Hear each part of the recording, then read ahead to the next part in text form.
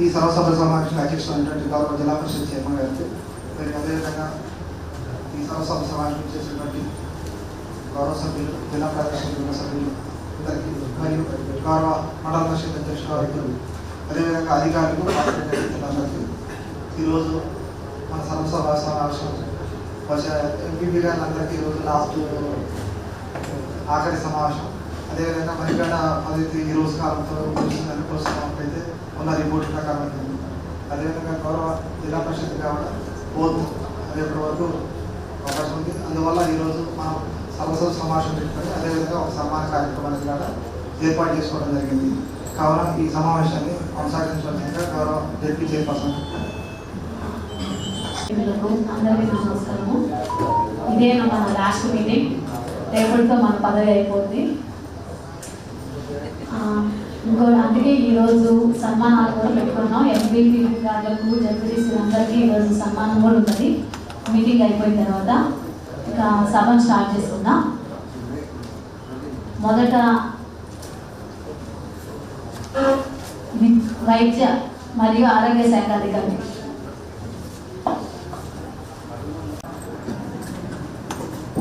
జిల్లాలో మేడం జనవరి నుంచి ఇప్పటి వరకు మేము తెలంగాణ డయాగ్నోస్టిక్ హబ్ ద్వారా 33,92 మంది రోగులకు రక్త పరీక్షలు చేయడం జరిగింది మేడం. అదే పద్ధతిలో 162 సబ్ సెంటర్లో 122 పల్లె దవాఖానాలుగా గుర్తించి వారికి ఎంబీబీఎస్ డాక్టర్స్, తర్వాత ఆయుర్వేదిక్ బిఎస్సీ నర్సింగ్ వాళ్ళను రిక్రూట్ చేయడం జరిగింది మేడం. అది పల్లె దవాఖానలో సర్వీస్ చేయడం జరుగుతూ ఉన్నది. అదే పద్ధతిలో మేడం ఎంసీహెచ్ కిట్స్ ప్రభుత్వ ఆసుపత్రుల్లో జనవరి నుంచి ఇప్పటివరకు మనం 1163 మంది గర్భిణీ ప్రసవించిన తల్లులకు మనం ఎంసీహెచ్ కిట్లు ఇవ్వడం జరిగింది మేడం. అదే శిశు సురక్ష యోజన కార్యక్రమం, శిశు సంరక్షణ కార్యక్రమం ద్వారా కూడా మనం వారికి సౌకర్యం కల్పించడం జరుగుతుంది మేడం. టీకాల నమోదు కార్యక్రమం చూసినట్లయితే జనవరి నుంచి మనం 5,578 మంది పిల్లలకు మరి గర్భిణీ స్త్రీలకు మనం టీకాలు ఇచ్చే కార్యక్రమం చేపట్టడం జరిగిందండి. కుటుంబ సంక్షేమ కార్యక్రమం కింద మనం 1,087 మందికి ఫ్యామిలీ ప్లానింగ్ ఆపరేషన్ చేయడం జరిగింది మేడం. అదే విధంగా వచ్చినట్లయితే ఒక మలేరియా పాజిటివ్ ఒకటి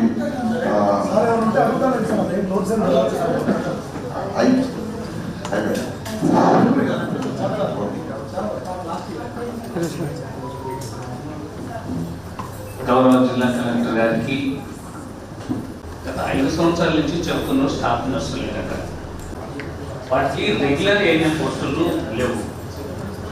దయచేసి వాటికి కూడా రెగ్యులర్ అయిన పోస్టులు వాటి అట్లాగే మండలంలో 4 ఆశావర్కర్ పోస్టులు కాదు. దాన్ని దయచేసి తొందరగా నింపవలసిందిగా సభాముఖంలో అట్లనే ఏమిటో గారు చిన్న రిక్వెస్ట్. మేము 2019లో మీకు ఒక లెటర్ ఇచ్చినాం. ఈ దిశించర్ల విలేజ్ని పెంచుకెళ్తున్న విలేజ్లో కలిపారు. దిశించర్ల విలేజ్ పెంచుకెళ్తున్న విలేజ్కి 12 కిలోమీటర్ల దూరం. అదే దిశించర్ల విలేజ్ నుంచి నేర్చర్ల సబ్ సెంటర్ 3 కిలోమీటర్లు. కాబట్టి దిశించర్లని నేర్చర్ల సబ్ సెంటర్లో కలుపుకొని మీకు లోగా చాలాసార్లు విజ్ఞప్తి చేయడం కూడా జరిగింది. దాన్ని ఈ రోజు వరకు కూడా చేయలేదు సార్. అదే అక్కడికి 12 కిలోమీటర్లు జనం పోవాలంటే చాలా ఇబ్బంది పడుతుంది. కాబట్టి దయచేసి దాన్ని కూడా సరి చేయవలసిందిగా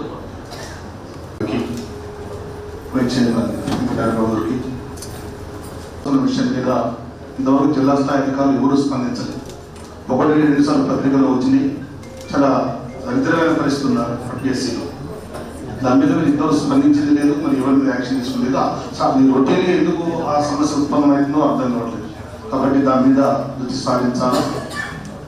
అలాగే హుజూర్నగర్ మండలానికి సంబంధించి అలాగే గ్రామ దవాఖానాలు ఉన్నాయి. వాటికి సంబంధించిన దాంట్లో కూడా 1-2 కూడా గోవిందపురం కానీ వాటిలో కూడా మనకి సిబ్బంది కొత్త ఉందని కూడా ఫుల్ఫిల్ చేసే విధంగా చూడాలని చెప్పేసి కోరుతాం. 4 days సార్ దృష్టి కూడా నిన్న తీసుకుపోవడం కూడా జరిగింది. వారు అడిగినట్లుగా స్టాఫ్ నర్సుల విషయం కూడా సార్ దృష్టి తీసుకోవడం జరిగింది. సార్ కూడా ఆల్రెడీ స్పందించి నిన్న సూపరింటెండెంట్ గారితో మాట్లాడి 20 జీజీహెచ్లో ఉన్న పోస్టులను మన పబ్లిక్ హెల్త్ సైడ్ డైవర్ట్ చేయడానికి కూడా సార్ ముందుకు వెళ్తున్నారు అనే విషయాన్ని సమావేశం కూడా యూజ్ చేయండి. టైం ఉండలేదు అక్కడ ఎవరు కూడా సిబ్బంది ఉండే వస్తాయి సార్.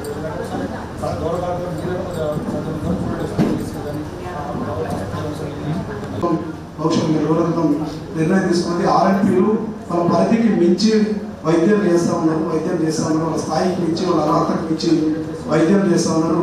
దానిపైన కొంత కట్టడి చేయాల్సినటువంటి అవసరం ఉందని చెప్పేసి రాష్ట్ర ప్రభుత్వం రాష్ట్ర స్థాయిని నిర్ణయాలు తీసుకుని కొన్ని టీమ్స్ కూడా ఫామ్ చేసి మరి ఆర్ఎంపీ పెట్టినటువంటి క్లినిక్ల మీద విజిట్ చేసినటువంటి పరిస్థితులు.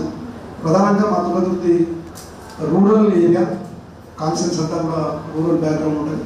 అక్కడ ఆర్ఎంపీలు వాళ్ళ స్థాయికి మించి ఆపరేషన్, స్టిచ్చెస్ వేయడం, సరే ఏదైనా ఫీవర్ వచ్చినట్టు ట్యాబ్లెట్ ఇవ్వడం అదొక పద్ధతి. స్థాయికి మించి ఒక రకంగా ఆపరేషన్ చేసేటువంటి పరిస్థితి వచ్చింది.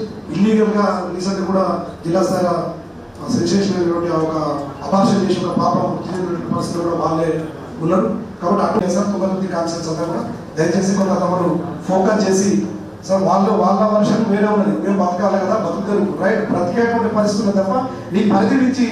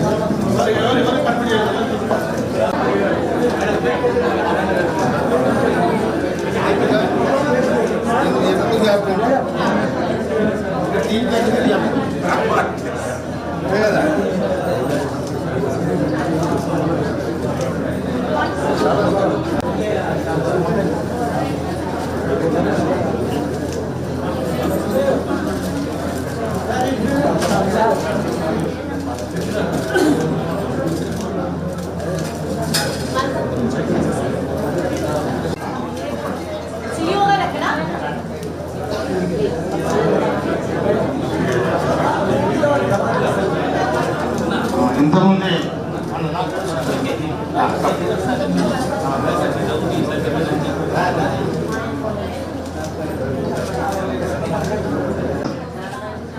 దీపిక అంటే జ్ఞాపకం, దీపిక అంటే జ్ఞాపకం. ఈ జిల్లాకి ఎప్పుడు జ్ఞాపకం, మళ్ళా కూడా నీ జ్ఞాపకం పెట్టి ఏదైనా భగవంతునికి అవకాశం ఇస్తారని కూడా నేను నిండుగా మనసారా నీకు తెలుస్తాను. ఇక్కడ పెద్దోని కాబట్టి కనుక నేను జిల్లా పరిషత్తు జెడ్పీటీసీల ద్వారా ఎంపీపీల ద్వారా నేను మన గౌరవ మినిస్టర్ గారికి ఉత్తమ్ కుమార్ రెడ్డి గారికి ఒక అప్పీల్ చేయదలుచుకున్నాను. ఇంత గౌరవప్రదమైన సభ ఏదైతుందో ఈ సభకు సీటింగ్ అనేది మంచిగుండదమ్మా.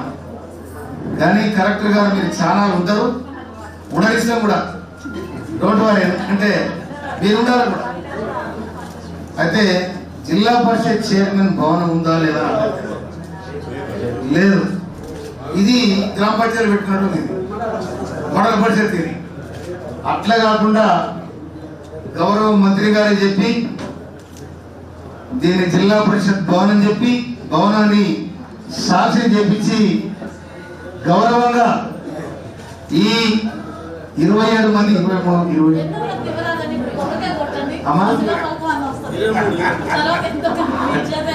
మంత్రి గారు లేకుండా మనం చేయడం బాగా కాదు.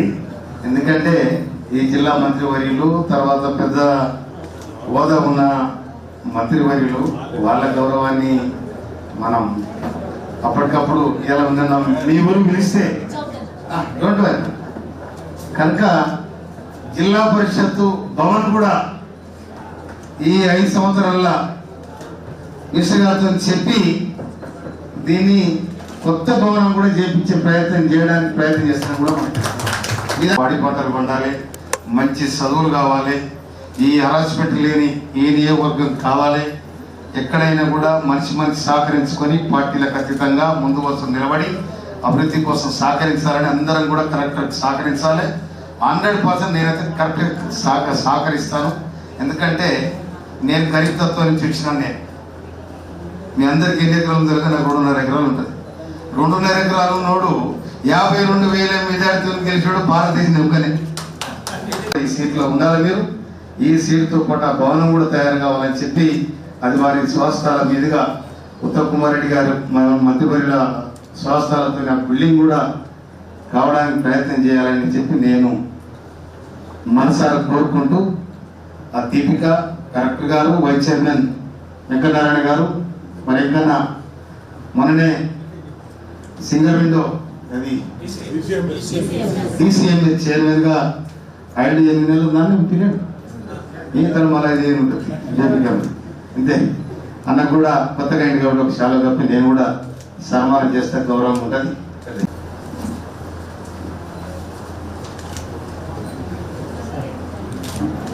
వెంకరెడ్డి గారికి కూడా హృదయపూర్వక ధన్యవాదాలు.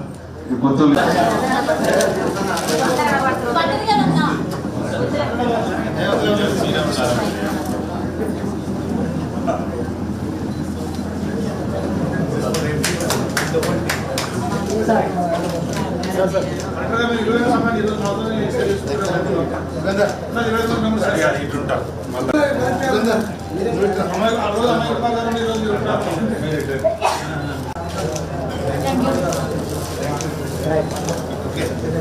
దీపిక చైర్మన్ గారు